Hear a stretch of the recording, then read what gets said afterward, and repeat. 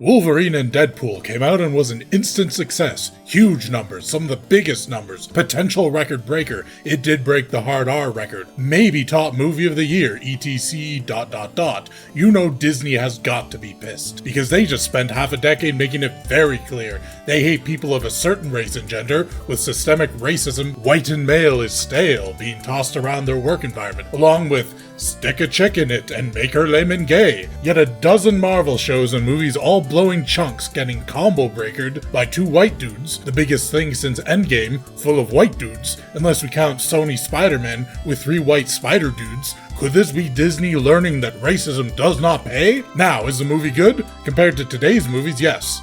It helps that it is not very serious, and in many ways even more so than usual. Both of the title actors are fantastic, and about the same level as the previous two is a fair thing to say. If anything, the Deadpool trilogy may be the most consistent of all superheroes, so if you like the first two, yeah, watch the third. Yet it's not DP that will save nerd culture.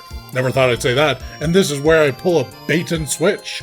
Do a bit of the subverting expectations that modern audiences love so much. A bit of the rub-a-dub-dub, if you know what I mean. Pull the old one too. Borderlands is a savior of entertainment, completely shattering expectations, to debut at a record 0% on Rotten Tomatoes for a while, before being saved by some woman who liked it because it had an actress she likes in it, which yes, is what qualifies for professional reviewing.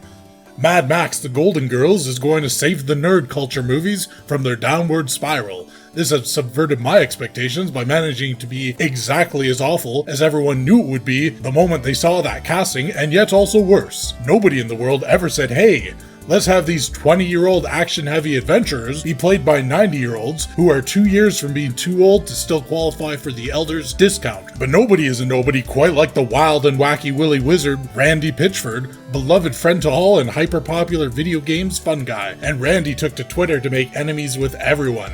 We're talking people who hated the movie, people who really hated the movie, and people who really, really hated the movie. And he was having none of it, going on a blocking spree and making sure everyone knew he was both furious this movie was doing poorly and did not care in the slightest by chain tweeting anyone who crossed his path. Fallout 3 Old Vegans is Guardians of the Galaxy at home. Old folks. As bad as the casting, story, dialogue, CGI, twists are, I think this is where normally I'd put a counterbalancing point that makes it sound good. It's not a movie for gaming fans. It's not a movie for movie fans. It's not a movie meant for human consumption. Much like Borderlands, the story jumps around and leaves you frequently in a state of feeling like you missed 10 minutes of content explaining what is happening, while also making it feel like you have learned more than you could ever possibly want. They cut this into pieces, making it far too short, and yet the entire movie is clearly, once you pass minute 1, that it is far too long. There is no clever banter, no character development, but they do get urine in their months, so that was pretty hilarious. I laughed for days. And Claptrap is exactly as he is in the games, so we do have to at least credit Jack Black for intentionally pulling off the worst performance of his career. I would rather play the entirety of Borderlands 3 again than rewatch this movie. So how is the movie industry, or specifically the only part of the movie industry that matters, the part doing nerd stuff, going to be saved by this movie? Because Borderlands' budget was over $100 million, meaning it's guaranteed to lose over $100 million, and could be close to $200 million.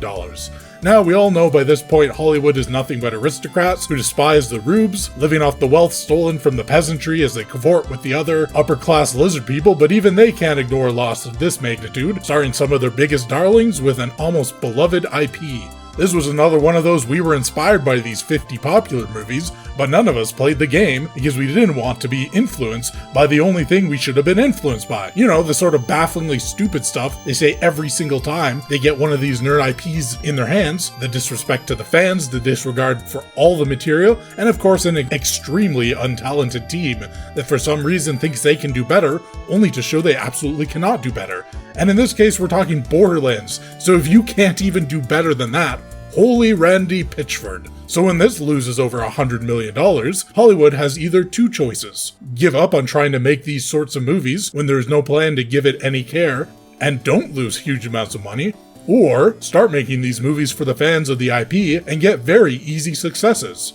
3 choices. They can also just keep losing money. There was never, at any point, a time when this movie wasn't going to be one of the worst movies ever. It was over from the casting stage. Here's some advice for the rich douches. There's a saying, you miss 100% of the shots you take. This applies to you, so maybe it's time to stop shooting.